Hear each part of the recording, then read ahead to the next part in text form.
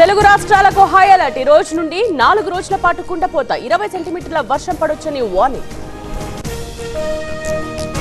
వానగండంతో తెలంగాణలో స్కూళ్లకు సెలవులు.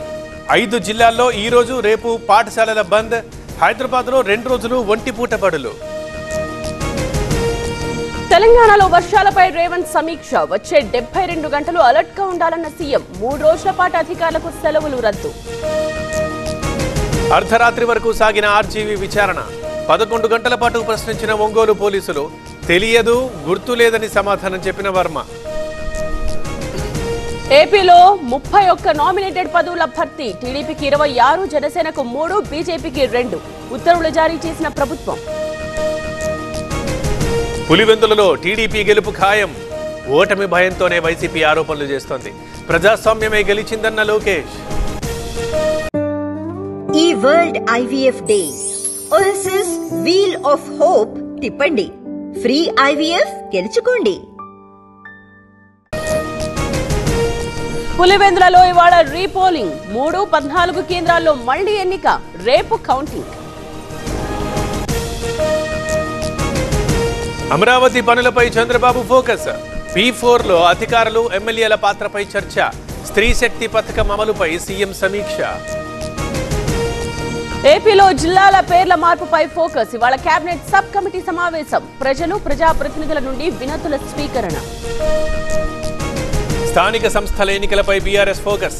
కేటీఆర్, హరీష్ రావుకి కేసీఆర్ దిశానిర్దేశం. వర్షాల కారణంగా బీసీ గర్జన వాయిదా. వికలాంగులకు ఇచ్చిన హామీని నిలబెట్టలేదు. సీఎం రేవంత్ పై మందకృష్ణ విమర్శలు. ప్రతిపక్షం మాట్లాడటం లేదన్న ఎంఆర్పీఎస్ నేత. టాలీవుడ్ సమ్మె ఓ కొలిక్కొచ్చే అవకాశం. ఈరోజు నిర్మాతలు, ఫెడరేషన్ నేతల సమావేశం. 2 పక్షాలతో చర్చించనున్న కోఆర్డినేషన్ కమిటీ.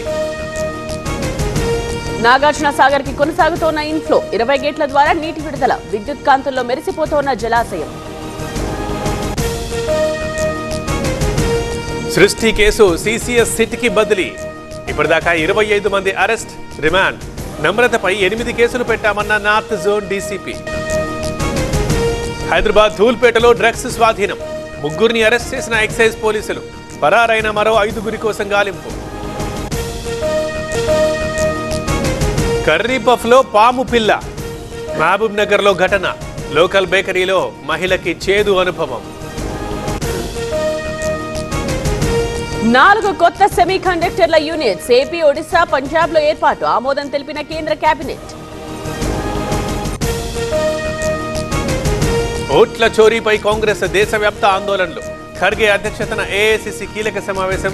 ఢిల్లీలో ఈసీ కార్యాలయ ముట్టడికి యత్నం.